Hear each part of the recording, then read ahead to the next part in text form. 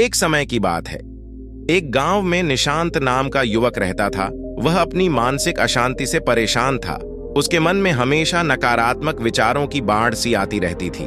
कभी वह अतीत में की गई गलतियों के बारे में सोचकर पछताता तो कभी भविष्य को लेकर भयभीत हो जाता। उसके मन की यह बकबक कभी शांत नहीं होती थी। वह जब भी कुछ महत्वपूर्ण काम करने की कोशिश करता, उसके विचार उसे हर बार भटका देते। निशांत के जीवन में यह समस्या इतनी बढ़ गई, उसने समाधान की तलाश शुरू की। उसे किसी ने बताया कि पास के जंगल में एक जानी बौद्ध भिक्षु रहते हैं जो उसकी समस्या का समाधान कर सकते हैं। निशांत ने बिना समय गवाए बौद्ध भिक्षु के पास जाने का निश्चय किया। जब वह भिक्षु के पास पहुंचा तो उसने अपनी सारी समस्या उनके सामने रख दी। भिक्षु ने बड़े ही धैर्यपूर्वक निशांत की बातों को सुना और मुस्कुराते हुए कहा, तुम अपने मन को शांत करना चाहते हो, लेकिन क्या तुमने कभी अपने मन को सही मायनों में समझा है?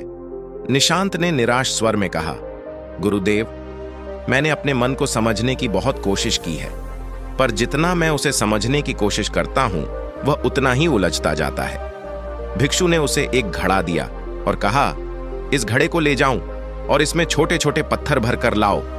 निशांत ने वैसा ही किया और घड़ा पत्थरों से भरकर भिक्षु के सामने रख दिया। तब भिक्षु ने कहा, इस घड़े को तुम अपना मन समझो और इन पत्थरों को अपने विचार। अब इसमें और पत्थर डालो। आलिस निशांत ने पत्थर डालने की कोशिश की, लेकिन घड़ा पहले ही भरा हुआ था और नए पत्थर नीचे गिरने लगे।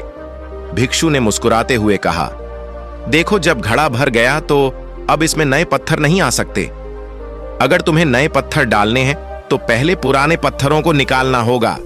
निशांत ने तुरंत समझ लिया कि अगर उसे अपने मन को शांत करना है तो उसे पुराने विचारों को छोड़ना होगा। लेकिन भिक्षु ने कहा, यह तो केवल आधा सत्य है। वास्तव में तुम्हारा मन तो हमेशा खाली होता है। यह केवल विचारों का भ्रम है जो इसे भरा हुआ दिखाता है। निशांत उलझन में पड़ गया। उसने कहा, गुरुदेव, यदि मन हमेशा खाली है तो फिर मुझे इसे खाली करने की क्या आवश्यकता है? भिक्षु ने जवाब दिया, समस्या यह है कि हम एक विचार को पकड़ते हैं, फिर दूसरा, फिर तीसरा, और इसी तरह यह श्रृंखला बढ़ती जाती है। मन के जाल से बाहर निकलने का मार्ग यह है कि हम एक विचार पूरी एकाग्रता से काम करें और अन्य विचारों को आने से पहले ही जाने दें। इसके बाद भिक्षु ने निशांत को 6 तरीकों के बारे में बताया जिनसे मन की अशांति को दूर किया जा सकता है। मन नकारात्मक और हतोत्साहित करने वाले लोगों से दूरी बनाओ। कुछ अच्छे और प्रेरणादायक मित्रों का चयन करो। अतीत को बदल नहीं सकते, परंतु भविष्य को संवार सकते हो। स्वस्थ आहार लो ताकि शरीर और मन दोनों स्वस्थ रहे। ध्यान मेडिटेशन का अभ्यास करो।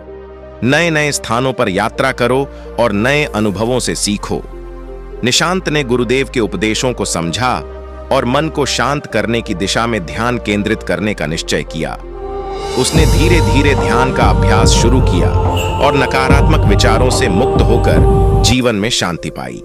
यह कहानी सिखाती है कि मन को शांत करना आसान नहीं है, लेकिन सही मार्गदर्शन और अभ्यास से इसे संभव बनाया जा सकता है। दोस्तों, अगर आपको यह वीडियो अच्छा लगे तो वीडियो को लाइक करके चैनल को सब्सक्राइब करना ना भूलें। धन्यवाद। नमो बुद्धाय।